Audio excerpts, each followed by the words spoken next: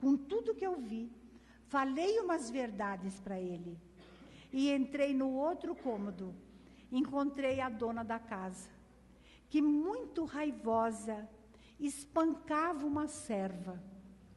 E espancou até sair sangue, porque ela estava comendo algumas comidas que não era para comer. Falei para ela tudo o que eu pensava e disse que o Senhor me havia mandado lá. E ela apontou o quarto que a jovem estava deitada sob o leito. E quando eu entrei, eu pensei que a doente fosse me receber com carinho.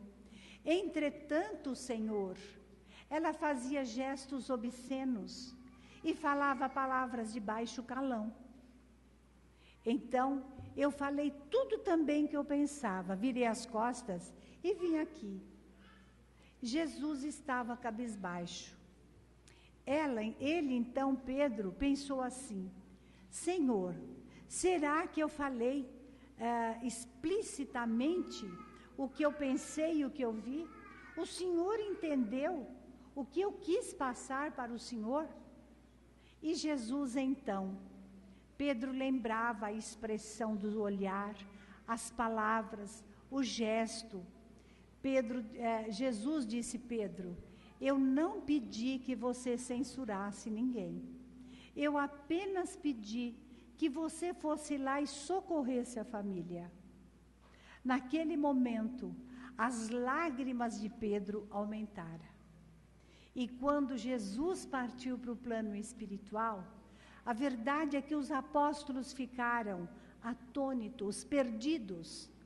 Mas, quando houve o Pentecoste, aonde eles falavam várias línguas entre 3.000 pessoas, e cada uma ouvia a palavra de Jesus, a vida de Jesus, os ensinamentos, cada qual em seu próprio idioma, Pedro se destacou, porque a sua fé era tamanha que ele fez um discurso. E depois, cada lugar que ele passava, ele explicava tudo quanto ele ouviu de Jesus. E foi ele, o idealizador, que lá em Jerusalém, ele começou a casa, aonde ele idealizava receber as pessoas em grande sofrimento.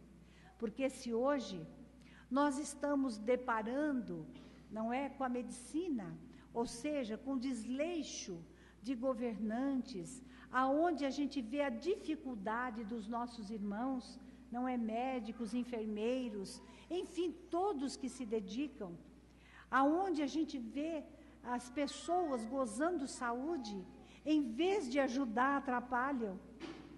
Naquela época nem isso tinha, porque não havia hospitais. Então Pedro, inspirado por ser o médium, ele começou a formar a Casa do Caminho. E ali ele aceitava os bens que aqueles enfermos entregava para ele, ele vendia e foi formando ali como que um colégio.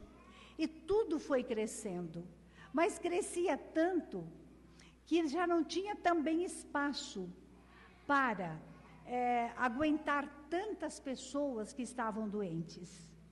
É sabido no Atos dos Apóstolos que havia Ananias e Safira. Era um casal. Eles queriam ser voluntários. E eles chegaram falando mentira para Pedro.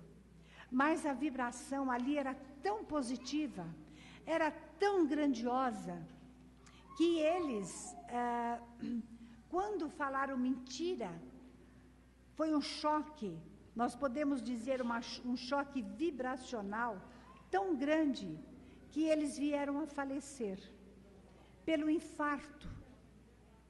Então, foi se formando a primeira obra social que se tem notícia no planeta Terra. Se hoje as casas espíritas lutam para ajudar as famílias necessitadas, irmãos e irmãs que carecem de ajuda, pois tem origem nos primeiros passos do cristianismo.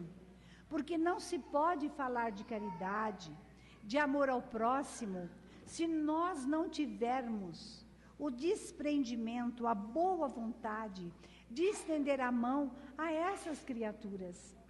Como é que nós vamos falar de Deus, de Jesus, pessoas que têm o estômago doendo por falta do alimento necessário?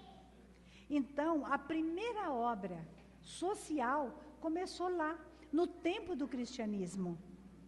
E era tão grande, que Pedro começou a organizar. E ali receberam Estevão, que era Gesiel, e que tinha